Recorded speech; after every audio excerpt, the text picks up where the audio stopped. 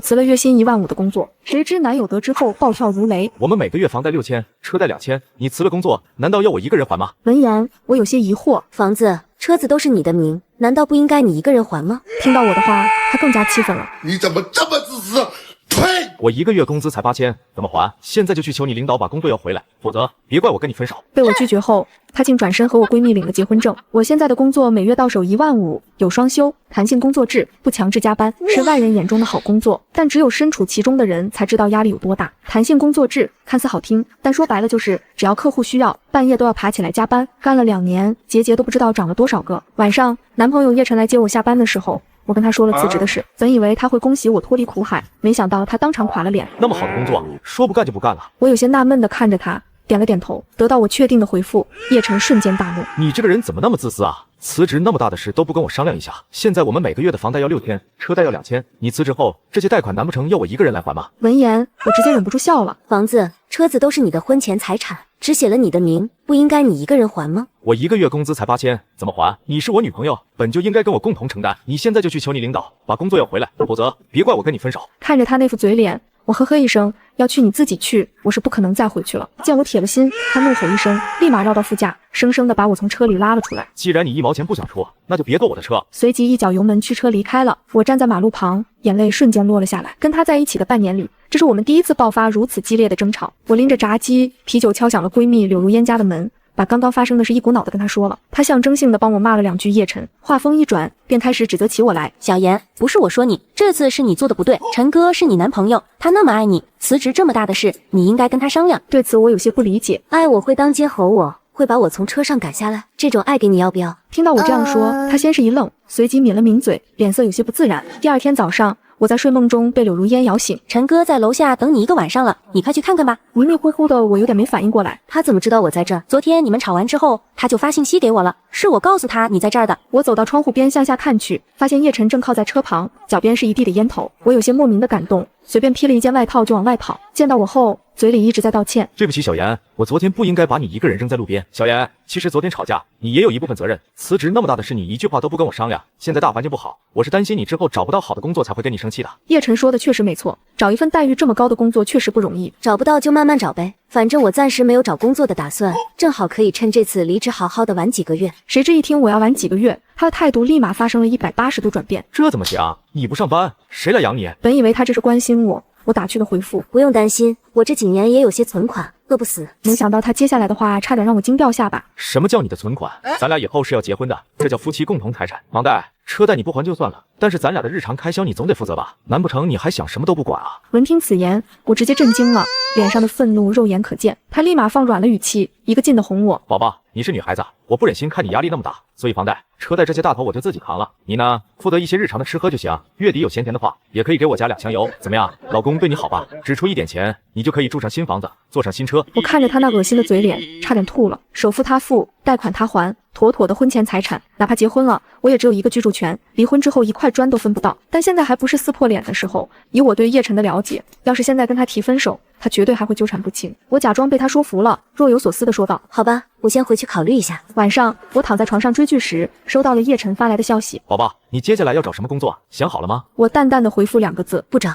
不出所料，他瞬间急眼了。我们不是说好了吗？你不找工作哪来的钱养我们2个？说实话，我对你挺失望的，真没想到你是这么自私的一个人。你是不是因为找不到工作不好意思说？正好我朋友店里在招服务员，5000块1个月，我让他给你留个位置，到时候工资直接打到我卡上。你呢，好好上班就行了，别的不用你操心，我肯定会把我们的生活安排得妥妥当当的。看到这些话，我气得直接从床上蹦了起来，明目张胆的想吃软饭就算了，竟然还想让我去做服务员。他那个2流子朋友喜欢骚扰女员工，还是他告诉我的。现在为了钱，他竟然要把我送到那种人眼前，我再也忍不住了，拿起手机疯狂打字。平时面子给多了，你是不是以为自己像个人了？你是我儿子还是我孙子啊？整天喊着要我养，分手吧！我不喜欢你这种诡计多端的穷男人，动不动就提钱，真下头。谁知信息刚发出去，叶晨的电话就打过来了。思妍，你什么意思？就因为这点事你就要跟我分手？世界上怎么会有你这么小气的女人？我直接把电话挂断，然后拉黑删除了他所有的联系方式。没想到第2天，叶晨一家人找上门，他爸妈是在工地上干活的，鞋子上沾了厚厚的一层土，进门后就走来走去。我家洁白的客厅瞬间变得惨不忍睹。亲家公、亲家母，这是你必须给我们一个交代。面对质问，我妈一头雾水。什么事？我们老2口为了你女儿，掏空家底买房买车，可你女儿呢？不帮还贷款就算了，还私自把工作辞了。我儿子给她介绍一个服务员的工作，她还眼高手低不肯去，这哪里有一起过日子的态度啊？天底下没有你们这么不厚道的人家。我爸妈面面相觑，脸色极为难看，随即冷冷的开口：瞧你这话说的，什么叫为了我女儿？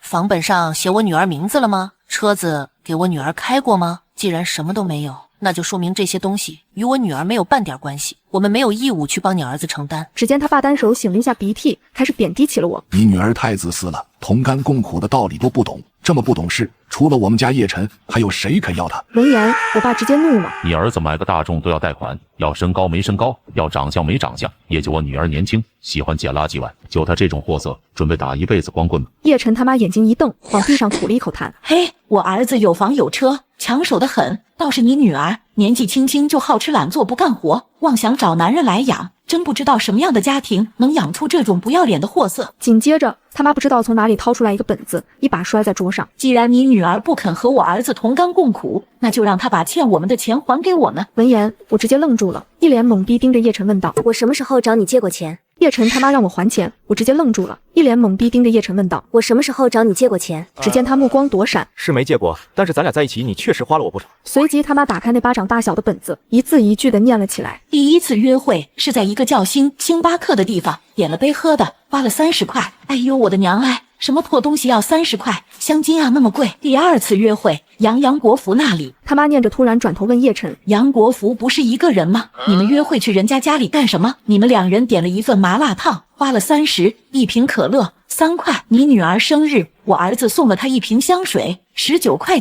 交往的这半年里，你女儿足足花了我儿子300块。我的老天爷啊！我要搬多少块砖才能挣到300块？说着他妈就哭了起来。我爸妈十分无语的看着我，那眼神像是在问：这种垃圾你到底是在哪里挖出来的？我瞥了一眼叶晨，冷漠的开口：19.9块的香水，确定要拿出来说是吧？叶晨脸色不自然，小声的解释：这花的都是我的辛苦钱，当然要记。他爸也骂骂咧咧：听见没？你女儿花的都是我儿子的辛苦钱，必须还给我们。我们叶家的钱是给未来的儿媳妇用的，不是给那些拜金女糟蹋的。闻言，我直接三观碎裂了。听到这话，一向优雅得体的我妈都忍不住骂了一句脏话：臭不要脸的，区300块都不够我吃一顿饭，就好意思说我女儿拜金。自己亲妈被骂，叶晨也不装了，直接撕开了伪善的面具，露出了一副市侩的嘴脸。我知道叶晨家庭条件不好，身上还背着房贷、车贷，所以和他在一起的时候，我自降档次陪他去吃麻辣烫、串香，什么情人节、生日之类的，我也不让他送礼物，可他硬是要送我一瓶香水，还把礼物寄到我公司，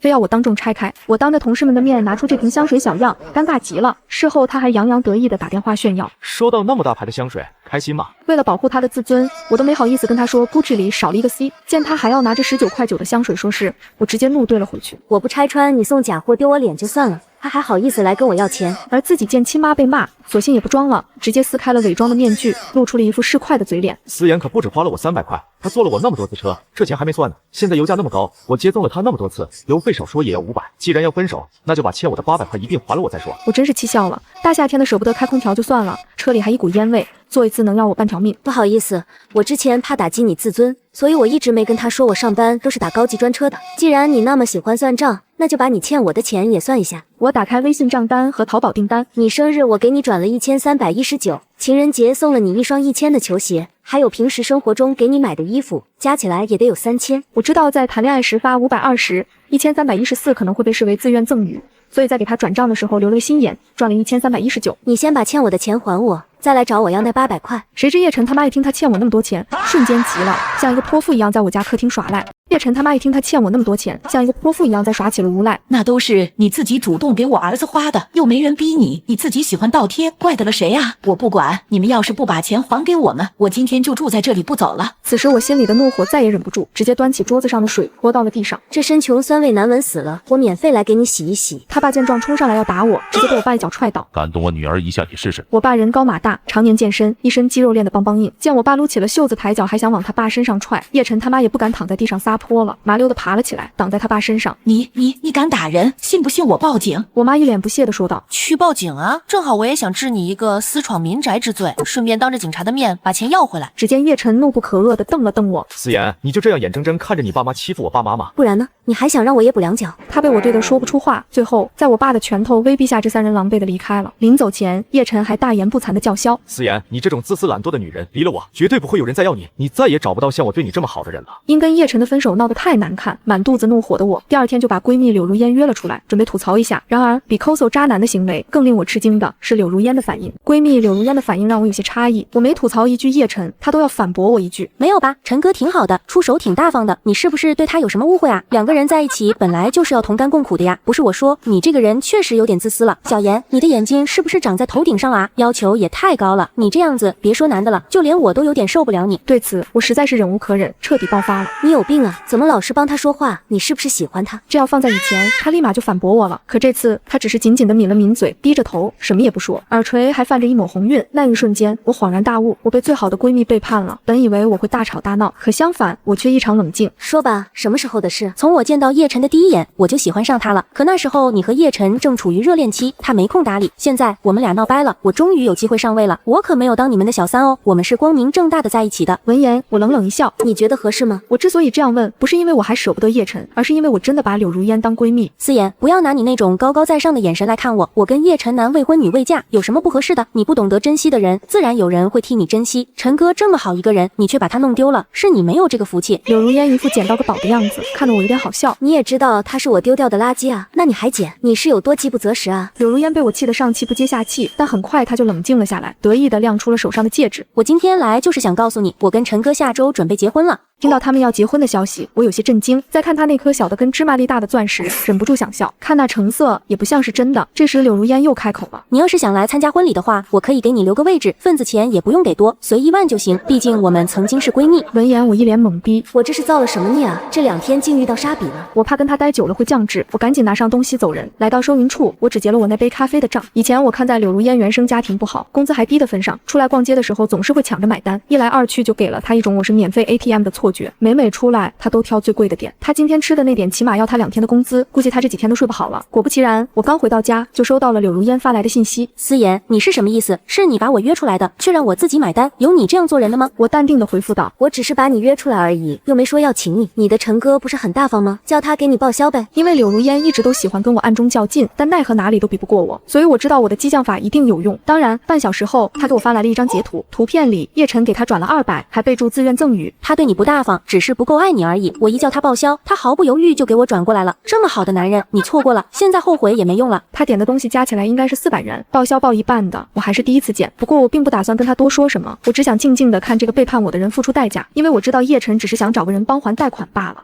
柳如烟脑子不好使，以为叶晨跟他闪婚是爱他，其实叶晨只是想找个人帮还贷款罢了。他之前跟我吐槽过，他们公司效益不好，最近几个月到手的工资都不到8000，房贷、车贷早已把他被压得喘不过气，见从我这里捞不到好处，所以才把手伸向了柳如烟。他虽然赚的不多，但是苍蝇腿也是肉，能帮他缓解一点压力。他还傻乎乎的以为自己遇到了有车有房的钻石王老五，殊不知那是人家的婚前财产，跟他没有半毛钱关系。两人的婚礼办得格外简陋，去参加婚宴的豪又回来忍不住和我一顿吐槽，没见过哪个人办婚礼还用一次性碗筷的，连个硬菜都没有，全是凉菜，全部人都挤在一起，热死了，让他们开个空调，男方他妈还嫌浪费电，不给开，白瞎了我的份子钱。可柳如烟的朋友圈却跟朋友描述的样子大相径庭，她拍了很多婚礼现场的照片，角度取得很刁钻，不知情的还以为是哪个富豪的顶级婚礼现场，还配文感谢叶先生给了我一场盛大的婚礼，永生难忘。辞职之后，我过上了每天睡到自然醒的生活，日子过得格外惬意。而如柳如烟所愿，她搬进了叶晨的新房子，再也不用看房东的脸色了。搬进去的那天，她还特地发了一条仅我可见的朋友圈，前人栽树，后人乘凉。可她有所不知的是，叶晨他爸妈可比房东难搞多了。柳如烟有所不知的是，叶晨他爸妈可比房东难搞多了。果然没过几天，柳如烟就停止了发布那些仅我一人可见的朋友圈。柳如烟终于发现了叶晨并不像他装的那样有钱，承诺的彩礼一直拖着不给，就连办婚礼的钱都是借的。婚礼结束后，叶晨父母甩手，什么都不管了，剩下的事情就由他们小两口解决。柳如烟现在每天打2份工，不仅要帮着还房贷、车贷，还和别人借的彩礼钱。她每天忙得脚不着地，根本没时间发朋友圈。有朋友告诉我，他们两人现在每天都吵得不可开交。你说他这算不算是自己花钱娶自己？闻言我打趣道，谁说不是呢？不仅娶自己，还娶了3位祖宗。婚后的叶晨暴露了本性，一改以前温柔体贴的样子，不仅嫌弃他赚不到钱，还经常因为一点小事骂他。叶晨他妈则天天催生，不肯生就到处宣扬他是一个不下蛋的母鸡。短短3个月，柳如烟沧桑的像是换了一个人似的。在超市里遇到他，我差点都没认出来。你们贴的标签上明明写着是打折物品，怎么现在又按照原价给我结算？是不是想坑钱？把你们领导找出来，我就不信了。光天化日之下还敢骗钱？我已经跟您解释了好多遍了，是工作人员把标签贴错了。您要是不想要的话，可以退款。可柳如烟依旧不依不饶。看到柳如烟跟收银员依旧不依不饶，我突然觉得有些感慨。以前的她虽然没什么钱，但是起码还有自尊。现在她却为了2块钱丢了自己的自尊，在公众场合撒泼耍赖。想来她婚后的日子不是一般的难过啊。但是可怜之人必有可恨之处，她现在的处境完全是咎由自取。再次见到叶晨是在一家餐厅外面，我从保时捷上下来的时候，他站在一旁眯着眼盯着我，脸上充满疑惑。直到我走近，他才敢相信开保时捷的是我。他一脸难以置信地走上前，这是你的车？我晃了晃手里的钥匙，点点头。羡慕吗？我爸始终记着叶晨恬不知耻的在我家向我索要邮费的事，为了防止这种事情再次发生，他软硬兼施地逼着我去考驾照。驾照拿到手的第2天，他二话不说就带我去看车。以后你想去哪里就开去哪里，邮费爸爸给你包圆了。叶晨脸上的表情跟吃了苍蝇一样难看，有震惊，有后悔，有惋惜，还有一丝奢望。小妍，其实有些话我藏在心底很久了，一直想找机会跟你说，我不应该逼着你去找工作。现在我想通了，你不想上班就不上嘛，大不了我养你，我的房贷、车贷已经还得差不多了。如果你愿意再给我一个机会，我可以加上你的名。闻言，我握紧了手里的手机，问道：那柳如烟呢？一提到这3个字，他脸上顿时出现了一抹厌恶。一提到柳如烟，叶晨脸上顿时出现了一抹厌恶。别提他了，一点本事都没有，赚不到钱就算了，也不会打扮，带出去都被朋友笑。要不是他当初主动爬上我的床，我才不会娶她。小妍，只要你一声令下，我就可以为了你跟他离婚。我是真的爱你的，再给我一次机会吧。他以为他3言2语就可以让我回心转意，殊不知在我眼中他就是一个小丑。我冷笑着关了手机上的录音，眼里带着不屑。好狗不挡道，让开！他不肯，甚至还想上前拉我的手，可惜被我一把推开了。叶晨气得脸色发白。思妍，你竟敢推我，信不信我？他想动手打我，但前摇太长，就被我踹倒了。不上班的这半年，我没闲着，找了个跆拳道老师，天天跟着练。转身离开的那一瞬，我把刚才的录音发给了柳如烟。文件发送成功的那一刻，拉黑、删除一条龙。后面发生的事，我是从朋友口中得知的。柳如烟被原来的公司开除后，于是就逼着他去朋友的店里当服务员。叶晨的那个朋友出了名的猥琐，柳如烟被他开过几次油，每次回去跟叶晨抱怨，他都若无其事的敷衍。怎么人家就找你？是不是你主动勾引人家的？而真正引起他爆发的导火索，是我发给他的那一段录音。有天晚上，他被叶晨的朋友侵犯，他哭着说要报警，结果不但被叶晨拦下来了，还责怪他水性杨花，把他一顿暴打。直到他收到我发给他的录音，他才明白，原来叶晨只是把他当成一个赚钱的工具，之所以拦着不让报警，就是想拿这件事去威胁他的朋友，以此来讹一笔钱。他下定决心，将他们一家人告上了法庭。最终，叶晨和他开餐厅的朋友都受到了法律的严惩。对于他们凄惨的下场，我的内心毫无波澜。我的人生不会为他们而停留，未来我的日子会过得更加灿烂。